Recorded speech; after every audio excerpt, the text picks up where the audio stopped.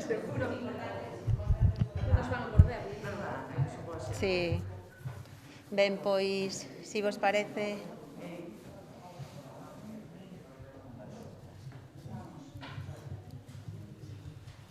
Ben, nada.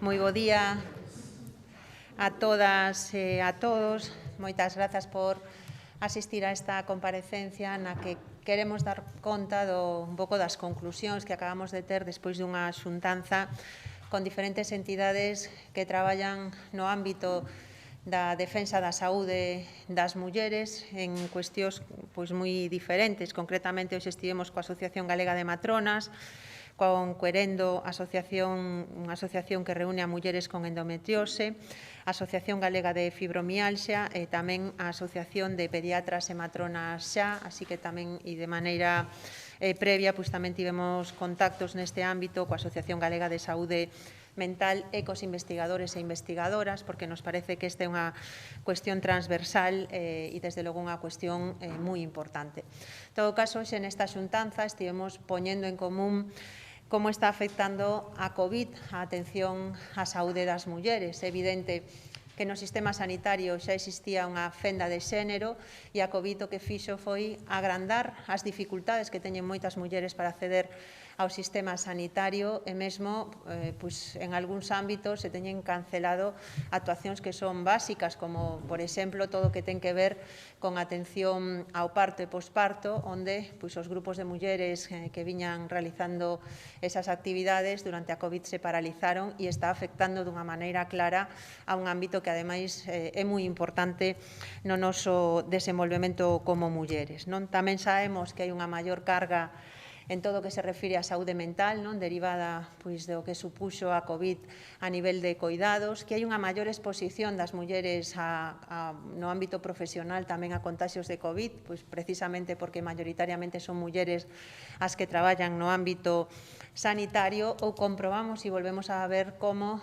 o feito de que as investigacións no ámbito sanitario se fagan co patrón home ten consecuencias para a saúde das mulleres, porque vimos que hai efectos diferentes en como a COVID afecta ás mulleres e tamén en cales son os efectos secundarios das vacinas. Por lo tanto, o que estamos comprobando é como nesta crise o que fai é agudizarse as discriminacións de xénero que hai no sistema sanitario e algunhas delas que xa existían con anterioridade e que o que veñen é a poñer sobre o foco a necesidade de aplicar a perspectiva de xénero no ámbito da saúde. En todo caso, hai algúns exemplos que a mí me parece que son paradigmáticos desas exclusións ou ese sesgo de xénero que mantén o sistema sanitario. Un exemplo son as matronas, que son especialistas básicas a hora de poder atender a saúde das mulleres. Galiza é a comunidade con menor taxa de matronas de todo o Estado español, o que provoca que en moitos ámbitos non pode haber unha atención adecuada e que mesmo moitas mulleres teñan que facer desplazamentos de quilómetros para poder acceder a un servizo básico. Este servizo, segundo nos trasladan, está saturado. Temos zonas como Lugo, onde unha matrona ten que atender a 11.273 pacientes. En Ourense, unha matrona por cada 14.500 mulleres, e mesmo en Vigo temos tamén unha situación na que hai unha matrona por cada 11.300 mulleres, sabendo en todo caso que a situación é moito máis grave no ámbito do rural e que temos un problema de futuro, porque nos próximos anos van a xubilarse o 70% das matronas de atención primaria e non hai unha planificación para cubrir esta cuestión. E mesmo neste un ámbito especialmente sensible, porque, como decíamos, coa COVID suspendéronse as clases de preparación ao parto e posparto e isto significa que as mulleres están tendo unha peor atención nun momento tan importante como é todo o que ten que ver co embarazo e co parto. Pero non se quedan aquí os exemplos, non temos problemas, por exemplo, como a endometriose, onde sabemos que non se investiga, que non hai tratamentos específicos, que non hai formación suficiente do personal sanitario, a pesar de que este é un tema que afecta a un 10% das mulleres en idade fértil. Estamos falando de 60.000 mulleres que de media teñen que agardar 8 anos para poder ter un diagnóstico da súa enfermidade. E o que vemos é que durante este ano de telemedicina, onde se paralizaron unha parte moi importante non do funcionamento do sistema sanitario, que se está retrasando máis unhas medias que xa eran absolutamente, eu creo que inasumibles. Ou a mesma situación nos trasladaban as mulleres que sufren a fibromialxia, que ainda que é unha enfermidade que non só lle afecta ás mulleres, afecta de xeito moi maioritario as mulleres, onde vemos como agora, se antes para ter un diagnóstico a media eran 5 ou 6 anos, agora o que están vendo é que nin tan siquiera poden acceder aos especialistas porque as primeiras consultas son telemáticas e isto está dificultando moitísimo que poda haber diagnoses en ámbitos que son moi importantes porque están afectando a calidade de vida das mulleres e sabemos que diagnósticos tardíos o único que fan é que os problemas sexan cada vez maiores. Estamos, polo tanto, ante un problema que é necesario abordar e onde desde o BNG consideramos que é urxente non só desconfinar todo o que ten que ver coa atención primaria, sino tamén poñer en marcha medidas e accións positivas que eviten a discriminación das mulleres no acceso ao sistema sanitario. E nese sentido, eu hoxe quixera destacar dúas propostas que imos traer ao Parlamento Galego nesta dirección. A primeira é a creación dunha unidade de mulleres e saúde na Consellería que permita impulsar a perspectiva de xénero en todos os ámbitos. E o segundo, unha estrategia para a atención integral á saúde das mulleres. Unha estrategia que ten que facer visible e dar pasos para eliminar as desigualdades coas que nos atopamos as mulleres á hora de acceder ao sistema sanitario e que ten que actuar no ámbito da investigación, no ámbito da formación e no ámbito da atención sanitaria. En relación coa investigación, nos apostamos porque hai que establecer indicadores de xénero nos protocolos e na validación de ensaios clínicos, que hai que establecer, ademais, liñas de investigación específicas naquelas enfermidades que teñen un impacto ou unha prevalencia maior nas mulleres. Podemos falar da endometrose, pero tamén da fibromialxia ou doutras enfermidades. Tamén nos parece que é importante que haxa estudos para coñecer cal é a actuación de determinados tratamentos desde o punto de vista do xénero e que haxa unha transferencia dese coñecemento á sociedade, á formación e aos profesionais. O segundo punto desta estrategia ten que ver coa formación dos propios profesionais. Nese sentido, entendemos que desde a facultade aos hospitais, pasando por a atención primaria, ten que haber formación de xénero de todo o personal sanitario, porque isto é básico para unha boa atención. Ten que haber guías para profesionais e unha formación continuada neste ámbito que nos parece que é clave. E, por último, tamén creemos que hai que actuar no ámbito da atención sanitaria, e nese sentido, nos entendemos que ten que haber unha atención especial a aquelas patoloxías que afectan dunha maneira máis específica as mulleres. Por exemplo, levamos moito tempo reclamando unha unidade interdisciplinar de endometriose. Creemos que esta é unha cuestión que debe de abordarse xa, que é fundamental que haxa plans específicos para detección precoz, campañas de divulgación e formación en ámbitos que teñen que ver coa saúde das mulleres. Garantizar tamén o papel que ten que ter o sistema de atención primaria á hora de atender e detectar precozmente as víctimas de violencia de xénero e reforzar a atención primaria en todo o relativo á saúde sexual e reproductiva de todas as mulleres ao longo do seu ciclo vital. E para isto hai unha cuestión básica, que hai que incrementar o número de matronas no noso país e tamén darlles capacidade de actuación conforme ao seu perfil de xénero. En definitiva, eu xa remato aquí a miña intervención. Hoxe mantivemos un encontro con diversas entidades que están traballando no ámbito dos dereitos das mulleres no sistema sanitario. Constatamos que hai unha dificultade engadida de acceso e, por tanto, unha peor atención ás necesidades das mulleres como consecuencia da COVID. A telemedicina está producindo unha maior exclusión das mulleres no ámbito sanitario e desde o BNG o que urximos é a cambiar este modelo que nos leva a unha discriminación clara no acceso ao sistema sanitario e actuar fundamentalmente para que a sanidade pública deste país teña perspectiva de xénero, que o faga a través da creación dunha unidade de mulleres e saúde no ámbito da Consellería de Sanidade e que poña en marcha unha estrategia para a atención á saúde das mulleres, porque é evidente que temos necesidades específicas que teñen que ser atendidas e que cando non se atenden o que estamos sufrindo é tamén violencia institucional. En todo caso, xe tamén queríamos darlle voz a dúas das compañeiras que estiveron nesta xuntanza, non sei por que orde queren falar, son, Vanessa, que é da Asociación de Pediatras e Matronas Xa, e Cristina, que é presidenta, me parece, non, de Querendo, Mulleres con Endometrose, e en todo caso con ela vos deixo.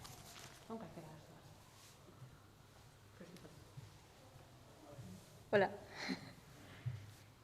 Eu son Cristina, a presidenta de Querendo, a Asociación Galega de Mulleres con Endometriose.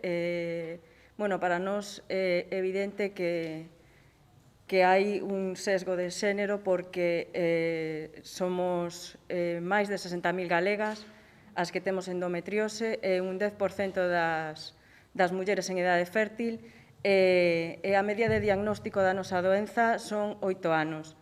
Eso quere dicir que estamos durante moito tempo acudindo a médicos, a especialistas e hai un evidente retraso no diagnóstico.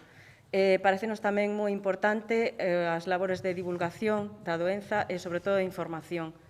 Hai que saber que unha dor de regla que non te deixa facer vida normal é indicativo de que algo pasa, de que algo vai mal e que hai que acudir ao médico. Entón, é moi importante dar a coñecer esta mensaxe, é moi importante a formación dos sanitarios, dos médicos de atención primaria, dos ginecólogos, para que non sexa un período tan longo de acadar un diagnóstico, porque son 8 anos de sufrimento e de moitas dores. Parecenos tamén moi importante que contemos con unidades multidisciplinares onde teñamos as mulleres con endometriose un espazo onde se nos trate todas as necesidades que conleva a doenza, que non son solamente a nivel ginecolóxico, sino tamén a nivel psicolóxico, de fisioterapia, uroloxía e moitas outras disciplinas. Non sei.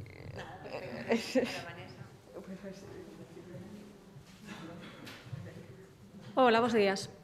En primeiro lugar, quería agradecer esta oportunidade que nos está dando o bloque de podernos expresar, porque dende son Vanessa Vikendi, presidenta de Pediatras e Matronas Xa, e nos o que reclamamos realmente, sí que é verdade que as mulleres non somos atendidas porque non temos matronas, focalizámoslo un pouco no tema do embarazo, pero facemos fincapé en isto porque é o que ven despois. O sea, inicialmente, como mulleres embarazadas, non se nos atende, non hai matronas suficientes, e despois, unha vez que damos a luz e que temos unha crianza, pois nos encontramos en que tampouco a nosa crianza é atendida. Entonces, vou a ser breve porque, nós basicamente reclamamos un dereito que sabemos que temos, e o dereito a ser atendidas, e o que os nosos fillos e fillas sexan atendidas tamén. E non se está facendo. Se está mermando moito o sistema, cada vez está peor, se están empregando puericultores e médicos de familia en lugar de pediatras, que son xente especializada para tratar as crianzas, e no tema das mulleres antes e previo a ese parto, o que é o seguimento do embarazo, pois tampouco se está facendo. Non se están facendo clases preparto e posparto na maioría dos casos por falta de persoal. Nen siquiera, se fan, falaba antes a compañeira de Agam, que moitas matronas pediron para facer os seguimentos preparto dende a casa, a consecuencia do COVID-19, e que, se tardou moitísimo en dar a dotación necesaria para que se puderan seguir facendo eses seguimentos do embarazo e esas clases preparto, que son tan necesarias para que despois non leven a depresións posparto e a outro tipo de problemas que existen na sociedade. E iso sí que é verdade que afecta as mulleres. Unha depresión posparto normalmente afecta a unha muller e non a un home, non? Entón, non dándonos esa cobertura inicial, despois, ainda encima, nos encontramos con que cando temos un fillo, unha filla, tampouco non la atende un especialista, xera unha ansiedade terrible e é algo que, bueno, que sí que cargamos un pouco nos con eso. E nos, basicamente, queremos exercer o noso dereito, porque non é un privilexio, é un dereito. Queremos que algo que está legislado se cumpla. É sencillo. Non, bueno, penso que non teño nada máis que engadir. Moitas gracias. Non sei se queredes facer algunha pregunta.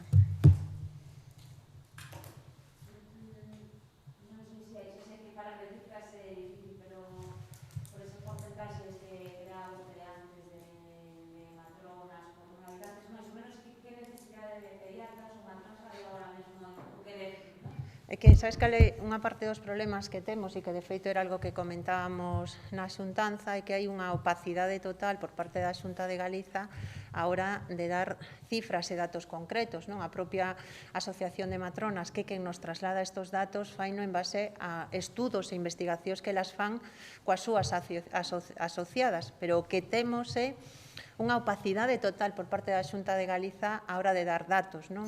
Si sabemos porque houve un estudo feito pola Federación de Matronas a nivel estatal que é do ano 2014, podemos pensar que hoxe a situación é peor, non? Despois de tantos anos de tasa de reposición, que situaba a Galiza como a comunidade de todo o Estado español con menor número de taxa de matronas. Me imagino que hoxe esta situación é peor, pero, bueno, poden falar aquí as compañeiras, temos zonas, sobre todo os do rural, onde atopar pediatras pois é casi como unha especie de perigo en perigo de extinción, non? E, de feito, pois na Costa da Morte teñen que recorrer pois a veces 70 kilómetros para poder levar ao seu fillo ou filla a unha pediatra, e en moitos casos o que se está recurrindo moita xente é a un pediatra do ámbito privado, porque tamén se está producindo unha privatización encuberta en base a esa exclusión que se está producindo no sistema sanitario público. Non creo que isto sexa unha casualidade, sabemos cal é o modelo de acoso e derribo do Partido Popular aos servizos públicos no noso país.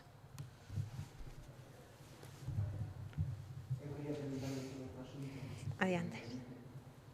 Comunidades como Galicia e o País Vasco tenen de demandar unha prórroga do estado de alarma para poder xestionar a pandemia. Me gustaría saber a posición do BNG sobre este asunto, se obliga que se haxa esta prórroga ou se pensa que hai instrumentos suficientes para poder xestionar esta semide fiscal. Si, eu, primeiro, se me permites, tamén quería decir que non recoñecemos a Feijóo. Pasamos dun Feijóo que en outubro de 2020 cargaba contra o estado de alarma, que decía que era demoledor porque se cargaba o consumo do Nadal e da Semana Santa, a un Feijóo que ahora nuns meses parece que é o principal valedor do estado de alarma. Se alguén fixo negacionismo legal do estado de alarma foi precisamente Alberto Núñez Feijóo. En todo caso, é certo que agora estamos nun momento moi delicado porque pois en poucos días se acaba un instrumento pois que é importante para poder controlar o virus, e nós, desde o BNG, pois dicimos o que levamos facendo ao longo desta pandemia, e é que o primeiro é que haxa capacidade para poder tomar todas as medidas que precisen, que sexan necesarias para poder controlar o virus. Por lo tanto, si vemos que desde o punto de vista legal é necesario que haxa unha ampliación do estado de alarma, pois nos vamos a estudiar esa proposta con toda, con toda a responsabilidade e seriedade que este momento require.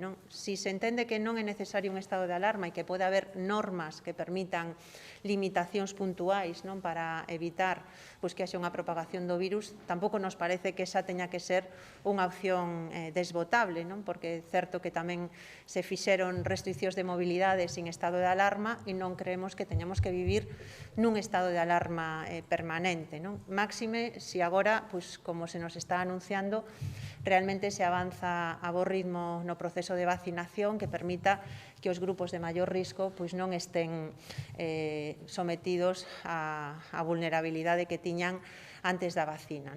Por lo tanto, eu creo que ahora mismo estamos nunha situación na que o importante é que haxa normas que precisen as comunidades autónomas para poder facer esa desescalada dunha maneira segura, entendendo que non podemos vivir nun estado de alarma permanente e que tamén creo que vamos a unha situación que nos pode permitir que esa figura non siga vixente, que creo que é o obxectivo.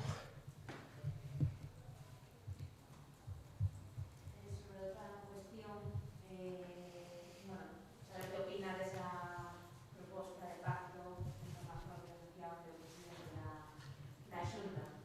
De pacto sobre que... Sobre Ferrol para o Estado, para reactivar Sí, eu creo que Feijóo que está escondendo as súas responsabilidades na situación crítica que ten a comarca de Ferrolterra, porque Ferrolterra non só depende de que poda haber un barco ponte no naval, tamén depende de que non peche industria, de que haxa unha alternativa para as pontes, non de que se poñan en marcha medidas de reactivación estructural, e o que estamos vendo pois, é de novo a un Feijóo que quere derivar todas as responsabilidades do Estado e que non quere asumir as súas responsabilidades cando a Xunta de Galiza ten as competencias en materia industrial. Nós, desde logo, que creemos é que ten que haber menos titulares de prensa e máis compromisos concretos con Ferrol, tanto no BOE como no DOGA, que é o que non vemos nin nun lado nin no outro.